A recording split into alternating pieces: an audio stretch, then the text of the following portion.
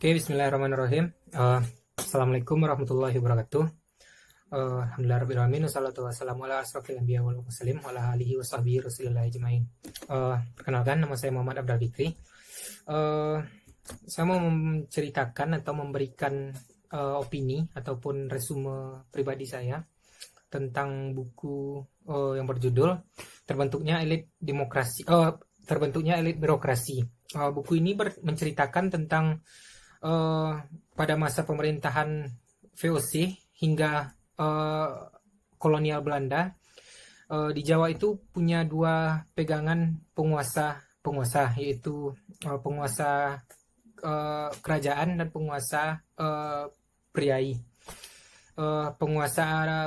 Pemerintahan kerajaan bagi Belanda berfungsi sebagai penghubung antara pemerintahan kolonial dengan pribumi, juga berfungsi sebagai mata-mata pemerintah kolonial untuk mendapatkan informasi-informasi terupdate atau terbaru yang tengah menyebar di tengah-tengah masyarakat. Untuk mempertegas posisi kekuasaan Belanda di Hindia Belanda atau Indonesia atau Nusantara, Belanda membentuk sebuah pemerintahan dalam negeri. Kemudian setelah pemerintahan penguasa berupa kerajaan, Belanda juga membentuk berupa penguasa priai, di mana mereka adalah para bupati atau pemerintahan-pemerintahan yang bersifat kedaerahan.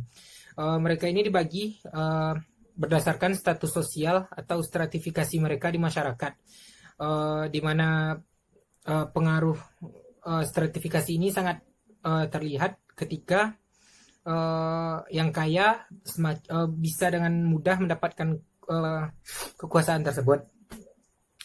Selain stratifikasi tersebut, pemerintahan kolonial juga melakukan stratifikasi berupa ras dan keturunan, di mana orang-orang bermata biru mendapatkan jabatan-jabatan yang lebih mudah dibandingkan orang-orang pribumi asli.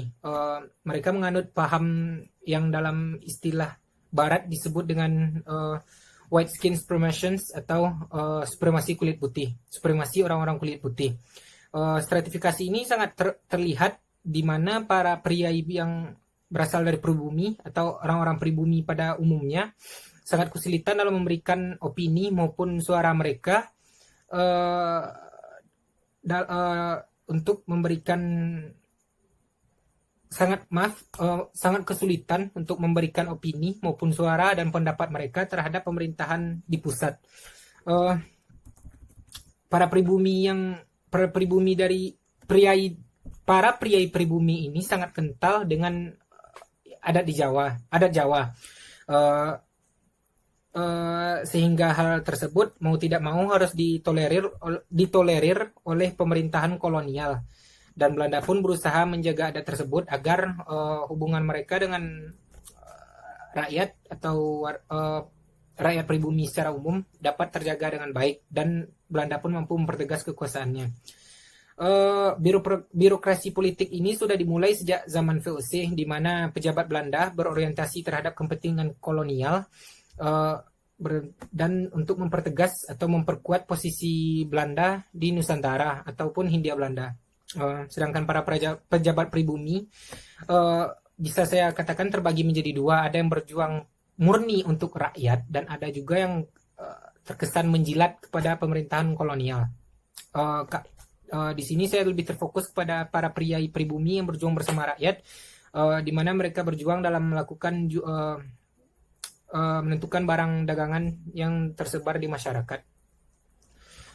Para bupati pribumi dijaga wibawa dan kehormatannya oleh Belanda dengan tujuan untuk menjaga hubungan pemerintahan kolonial. Selain itu juga untuk mendapatkan loyalitas rakyat Jawa kepada pemerintahan kolonial. Pada tahun 1901 atau awal abad ke-20, Ratu Belanda yaitu Ratu Helmina memberlakukan sebuah politik balas budi atau yang lebih dikenal juga dengan istilah politik etis. Politik ini sangat berbenefit atau memberikan keuntungan bagi pejabat pribumi, di mana mereka yang sebelumnya terkesan tertekan setelah dikeluarkannya politik etis ini, mereka mendapatkan kemudahan dan boleh mengeluarkan pendapat serta suaranya terhadap pemerintahan kolonial yang berpusat di Batavia atau Jakarta pada hari ini.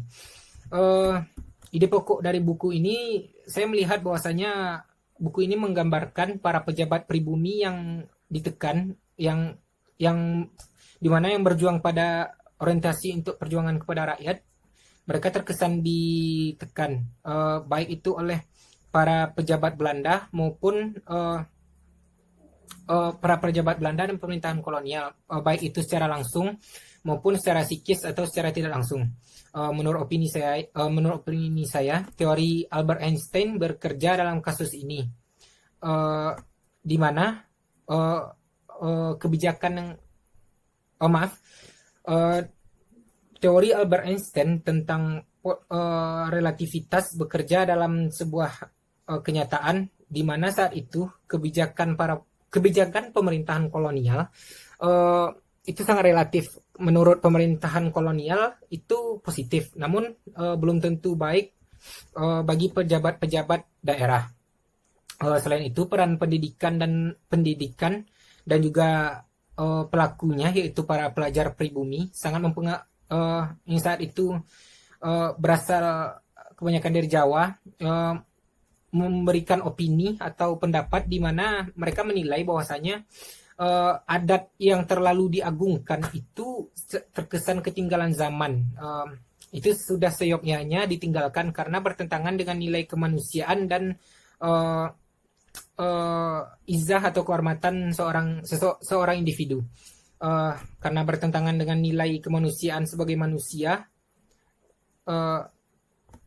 hal itu pun mulai dihilangkan. Yang saya maksud di sini adalah seperti penghormatan yang berlebihan dengan cara ruku, dengan cara sujud, yang dimana bahkan pemerintahan kolonial pun menganggap hal itu terkesan mendewakan manusia, yang dimana hal itu bertentangan dengan nilai kemanusiaan manusia itu sendiri. Dan juga orang Eropa pun merasa sangat tidak cocok dan merasa tidak cocok dengan adat yang berlaku itu, di mana mereka menganggap hal itu tidak menjunjung tinggi sifat manusia.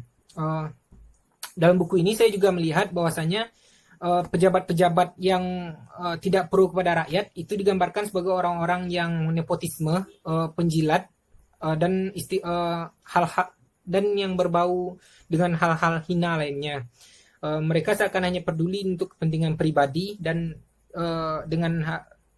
kepentingan pribadi dan benefit untuk diri mereka sendiri. Saya melihat hal itu tidak terlepas dari pengaruh orang Belanda yang seakan butuh para penjilat-penjilat tersebut agar kekuasaannya langgeng dan tahan lama di Hindia Belanda.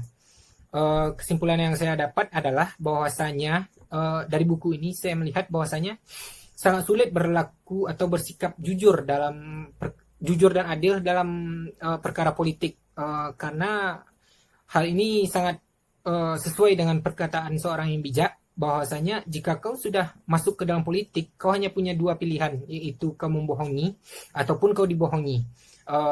Saya kira hanya itu pendapat saya tentang buku ini. Salah dan janggal mohon dimaafkan. Assalamualaikum warahmatullahi wabarakatuh.